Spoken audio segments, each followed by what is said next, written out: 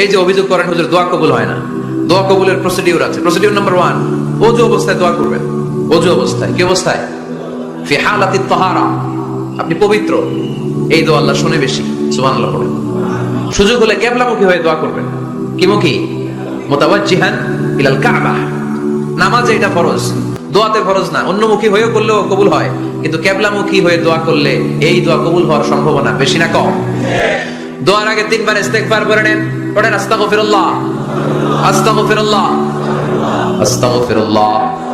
যদি সুযোগ হয় দোয়াতে হাত তোলেন। কি তুলবেন? দোয়ায় হাত তোলা সুন্নাহ।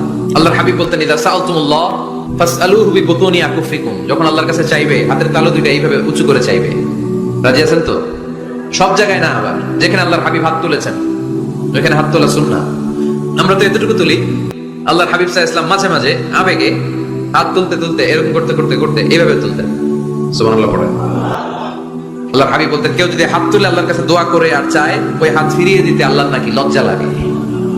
সুবহানাল্লাহ কইতে পারলেন না? আবার দোয়া যখন করবেন আল্লাহর নামগুলো উচ্চারণ করে দোয়া করবেন। আল্লাহর অনেকগুলো সুন্দর নাম আছে না নাই? ইন্না লিল্লাহি 99 ইসমান। আল্লাহর রয়েছে 99টা সুন্দর সুন্দর নাম। এই নামগুলো যে মুখস্থ করবে, নামের হক যেই ব্যক্তি আদায় করবে, তারে জান্নাতের মালিক বানায় দিবে কে? দোয়া যখন করবেন আল্লাহর আসমাউল্লাহিল হুসনা গুলো বলে বলে আল্লাহরে ডাকবেন। আল্লাহর একটা সুন্দর নাম আছে আর রহমান। কি নাম? মানে দয়ালু। রহমান মানে কি? দয়াময়। রহমান শেখালেন কোরআন, বানালেন ইনসান, শেখালেন বায়ান। দয়াময় রহমান শেখালেন কোরআন, বানালেন ইনসান, শেখালেন বায়ান। দয়াময় রহমান শেখালেন কোরআন, বানালেন ইনসান, শেখালেন বায়ান। সুবহানাল্লাহ পড়েন। দয়াময় মেহেরবান, তিনি রহমান। এজন্য দোয়ার শুরুতে তারা ডাকেন, বলেন ইয়া রহমান।